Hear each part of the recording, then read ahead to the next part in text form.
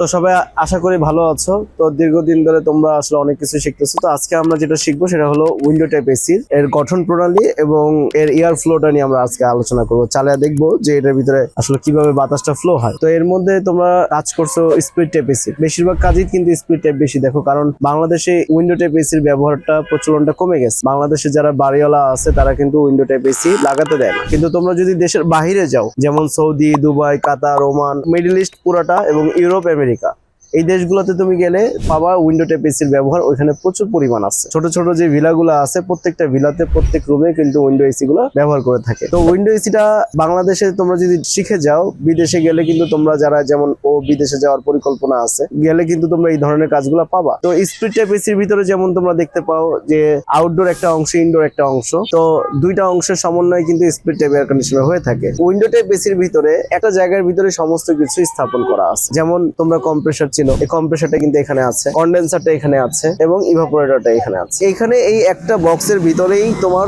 সবকিছু এখানে set up করা আছে। তো আজকে আমরা তোমাদেরকে এই বিষয়টা নিয়ে মূলত আলোচনা করা। তোমরা কিন্তু জানো যে কন্ডেন্সারের কাজটা কি, ইভাপোরেটরের কাজটা কি, তাই না? তাহলে এর কাজগুলো আলাদা। এবং এখানে একটা ব্লোয়ার ফ্যান মোটর আছে। সাধারণ ক্ষেত্রে কিন্তু আমরা দেখি স্প্লিট টাইপ এসির ভিতরে যে তোমার কি হয় যে আউটডোরে একটা ফ্যান মোটর থাকে, ইনডোরের ভিতরে একটা ফ্যান মোটর থাকে। কিন্তু উইন্ডো টাইপ এসির ভিতরে দেখো এখানে ভিতরে একটা ব্লোয়ার ফ্যান মোটর আছে, এই পাশে ব্লোয়ার, এখানে ফ্যান, এই দুইটার সমন্বয়ে ব্লোয়ার ফ্যান, আর এখানে হলো কি মোটর, ব্লোয়ার ফ্যান মোটর। ঠিক আছে, এই একটা মোটর দিয়ে দুই পাশে বাতাসটাকে সার্কুলেশন করে। তো আমরা আজকে যেটা দেখাবো তোমাদেরকে, আচ্ছা এখন দেখো আমরা একটা কাজ করি, এটা বসাও, খুব সতর্কতার সাথে বসাবা। ওকে, একটা পেপার নাও। এটা হলো তোমার কক্ষের ভিতরে থাকে এই অংশটুকু, জাস্ট এই অংশটুকু কক্ষের ভিতরে থাকে, আর এই অংশটুকু কক্ষের বাহিরে থাকে। এটা কিন্তু তোমার উইন্ডো টাইপ এসি। উইন্ডো মানে কি? জানালা। এর মানে জানালার মতো কেটে এই উইন্ডো টাইপ এসিটা বসানো। তো আমরা দেখো এই ইভাপোরেটর অংশ এখন ঠান্ডা আসতেছে না, কম্প্রেসারটা স্টার্ট হলেই ঠান্ডা আসবে। এখান থেকে বাতাসটা কি হয়, টানতেছে। আবার এই বাতাসটা টেনে এখান থেকে আবার এখানে বের করে। আমি একটু পরে দেখাবো তোমাদেরকে, এই যে দেখো বের করছে, তাই না?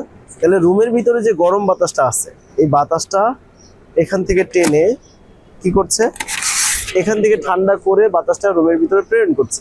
তাহলে সেই একই বাতাস সার্কুলেশন করতেছে। কিন্তু আবার অপর পাশে কিন্তু যে কন্ডেন্সারটা আছে, এই কন্ডেন্সারটা কি করছে, উত্তপ্ত হয়, গরম হয়। এই গরম হলে এখানে যে ফ্যানটা আছে, এই পিছন থেকে প্রকৃতির যে বাতাসটা আছে, এই অংশটুকু বাইরে থাকে, প্রকৃতির যে বাতাসটা আছে, সাধারণ যে বাতাসটা আছে, সেই বাতাসটা এখান থেকে টানে। দেখো টানতেছে না? টানতেছে কিনা? আমরা ভিতরে ঢুকাবো না, ঢুকালে ভেঙে যেতে পারে, পাখাটা ভেঙে যেতে পারে, খুব সেন্সিটিভ পাখা। এখান থেকে বাতাস ঢুকে, কিন্তু এখান থেকে বাতাসটা কি হয়, বের হয়ে যাচ্ছে। কিন্তু দেখছো, এই বোঝা যায় কি যে বাতাসটা এখান থেকে বের হয়। এইভাবে কি করে এয়ারটাকে সার্কুলেশন করে কক্ষের বাহিরে কি করবে, বাতাসটা বের করে দিবে। এর মানে নর্মাল বাতাসটা নিয়ে এই কন্ডেন্সারটাকে ঠান্ডা করে গরম বাতাসটাকে প্রকৃতির মধ্যেই ছেড়ে দিবে। এইভাবে করে তোমার একটা উইন্ডো টাইপ এসি কন্টিনিউয়াসলি যখন কাজ করে, তখন এইভাবে তোমার এই পুরো কার্যক্রমটা চালু রাখে। এখন আমরা এটা একটু উপরে উঠাই। এখন দেখা যায় এই যে এখান থেকে এই যে বাতাসটা টেনে, দেখো তোমরা এখান দিয়ে দেখো, এই যে দেখো বাতাসটা টানতেছে না, এখান থেকে কিন্তু টানতেছে, খেয়াল করো, টানতেছে না, টেনে এখান দিয়ে কিন্তু বের হচ্ছে। হাত দাও, হাত ঢুকানো যাবে না, দেখছো যে বের হচ্ছে না, জিনিসটা কি বুঝতে পারতেছো? আচ্ছা, আমরা মেশিনটা অফ করে দিই। এটা কিন্তু তোমার কন্ট্রোল বক্স, এখান থেকে তোমার মেইনলি পুরোটাকে কন্ট্রোল করা হয়। এটা সার্কিট সিস্টেম। নর্মালি যেগুলো থাকে এগুলো অ্যানালগ, যেমন থার্মোস্ট্যাট সুইচ থাকে, সিলেক্টর সুইচ থাকে, অন্যান্য সুইচগুলো থাকে। সেখানে তোমার কন্ট্রোল বক্সটা এখানে আধুনিক একটা উইন্ডো টাইপ এসি, যার কারণে এখানে তোমার কি করলো যে একটা ইলেকট্রনিক সার্কিট দিয়ে কন্ট্রোলিং করা হলো। এখানে একটা সেন্সর আছে, এটাকে বলা হয় রুম টেম্পারেচার সেন্সর। এটার কাজ হলো কাইন্ড অফ থার্মোস্ট্যাট সুইচের মতো কাজ।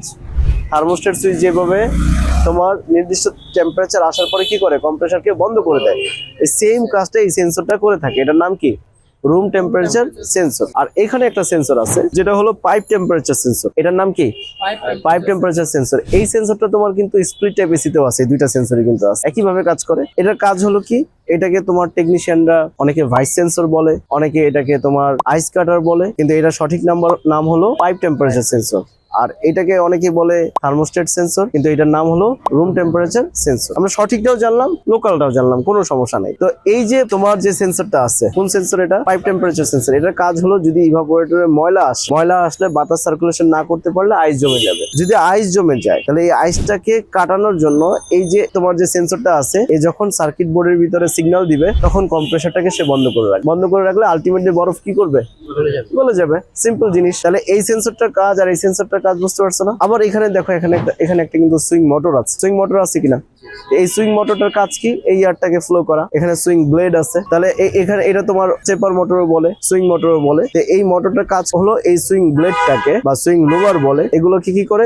এয়ার ফ্লোর ডিরেকশনটাকে কন্ট্রোল করে। তুমি যদি এখান থেকে রিমোট থেকে তুমি যদি অটোমেটিক করে দাও তাহলে লেফট রাইট করতে থাকবে। তোমরা তো স্পিড টাইপের কাজ দেখছো না কিভাবে করে? ওই সেম ভাবে তুমি যদি রিমোট থেকে তুমি যদি অটো করে দাও তাহলে সে লেফট রাইট করবে। আর যদি তুমি ফিক্স করে দাও যেই পোর্শনে রাখবা ঠিক ওই পোর্শনেই থাকবে। এই হলো তোমার সিম্পল জিনিস। উইন্ডো স্প্লিট টাইপ এসির থেকে উইন্ডো টাইপ এসি কিন্তু আরো সহজ। কথা কি বুঝতে পারছি? তাহলে আগে মূল বিষয়টা হলো কম্প্রেসার সম্পর্কে ভালো করে শিখতে হবে, কন্ডেন্সার সম্পর্কে ভালো করে শিখতে হবে, ইভাপোরেটর সম্পর্কে ভালো করে শিখতে হবে। এগুলো যদি তুমি বেসিকটা ভালো করে শিখতে পারো তাহলে যেটা হবে যে তুমি যে কোনো এসির কাজ কিন্তু সহজে করতে পারবা। বেসিক জানতে হবে আগে ভালো করে। কথা কি বুঝতে পারছি? তুমি যদি এই ইভাপোরেটরের কাজ কি সেটা বুঝো নাই, কম্প্রেসারের কাজ কি সেটা বুঝো নাই, তাহলে তুমি কিন্তু কোনো কম্প্রেসারের কাজই কিন্তু বুঝবা। কিন্তু তুমি যদি এর মূল কাজটা বুঝতে পারো, তোমরা কিন্তু আমাদের ইউটিউব চ্যানেলে আমাদের ক্লাস আছে। এই ক্লাসগুলো যদি তোমরা একটু ভালো করে দেখো, আমরা কিন্তু প্লে লিস্টে, তোমরা আরএসি টেকনোলজি যে চ্যানেলটা আছে সেই চ্যানেলে গিয়ে প্লে লিস্টে যাবা। প্লে লিস্টে গেলে দেখবা যে কম্প্রেসারের একটা ক্লাসিক করা আছে, ওখানে 4টা ভিডিও আছে।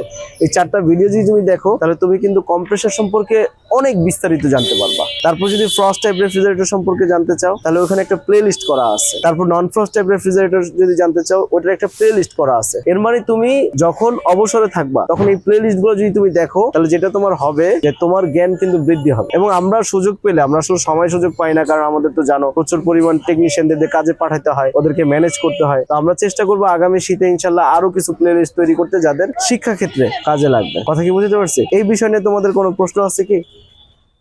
কোনো প্রশ্ন নেই? আচ্ছা, থ্যাংক ইউ।